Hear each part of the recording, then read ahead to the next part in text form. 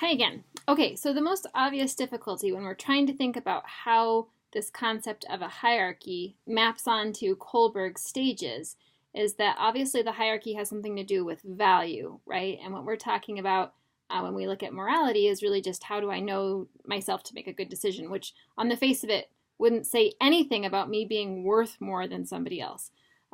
So let's just start by reviewing a little bit about what we said about the hierarchy of selves at the very beginning of the class in Unit 1. And that was that if you look at that image on the Wikipedia link, I think it's a really good illustration. It's hard to see on the right-hand side of the screen there, but at the very top is God, and God is this embodiment of universal truth, right?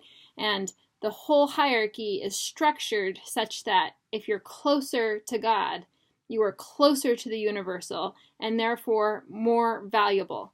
If you look at the very right-hand side of your screen, the right-hand side of that image, you see some of the fallen angels falling down to the very bottom to represent their damnation. They're falling away from the desired place to be, which is on the top, right? So that's what we're talking about when we talk about a hierarchy. A hierarchy, dagnammit, I don't have with me, my kids made a Lego pyramid.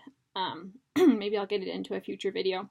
That it's a pyramid made out of Legos, and there's minifigs at the very bottom, and then in the next tier, and then in the next tier, and then there's the king of all minifigs at the top, right? A hierarchy suggests that there's somebody at the top, or that the top is the desirable place to be. So how do we see that being reflected here? How does Gilligan see it being reflected here in Kohlberg's stages?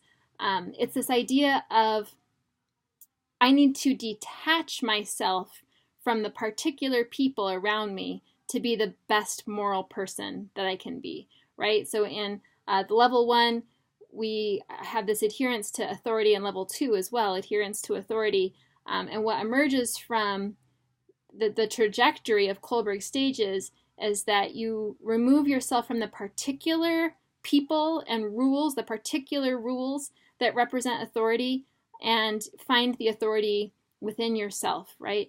And so the entire process is, at the very least, one of extreme individuation, because what one learns moving through this hierarchy or through this schema is that to be better, you need to be less connected to other people. And yes, there is a sense in which being better entails being better than other people. So being the king minifig at the very top of the Lego structure suggests that insofar as I am more aware of universal truth, there is a higher value ascribed to me. So that is operative, that same sense of value. But really, the key thing that you need to hold on to here is that the role of others in my life, as far as Kohlberg is concerned here, is for me to determine how I am separate from them. How can I separate myself? I need to not think about Miss Gonzalez, my teacher, and I need to not think about the specific rules in my specific society, but think about this higher truth that I find really within myself upon great reflection, that makes me realize that, Miss Gonzalez and the policeman and the judge, all of us have this universal truth inside of us. And so we're connected in that way.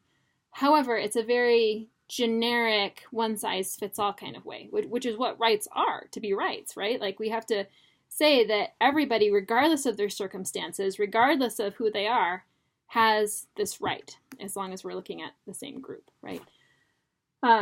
So the point here is that kind of the guiding principle, I guess, for Kohlberg's stages is that context always muddies the waters, particulars always muddy the waters, and that to be the best moral person, you need to work on individuating yourself and pushing other people away. Pushing other people away when I'm thinking about how to act morally, right? It doesn't mean that that you're having no friends or that you're not commingling with society or anything like that. It just means that you are not taking into account particular others. The highest thing to think about when you're making a moral decision is this universal truth that has nothing to do with context. And so Gilligan is going to say that that's great and that we shouldn't throw that out, right? Like, that's really important. The universal truths, you're never going to hear a philosopher say universal truths are not important. But what she's going to point out is that there's this other side of the coin, as it were, that needs to be present, that deserves to be present when I make my ethical decisions. And it's not just what Mr. Hines should do legally or universally. What are the true things about stealing or lying or whatever higher truths apply to that situation?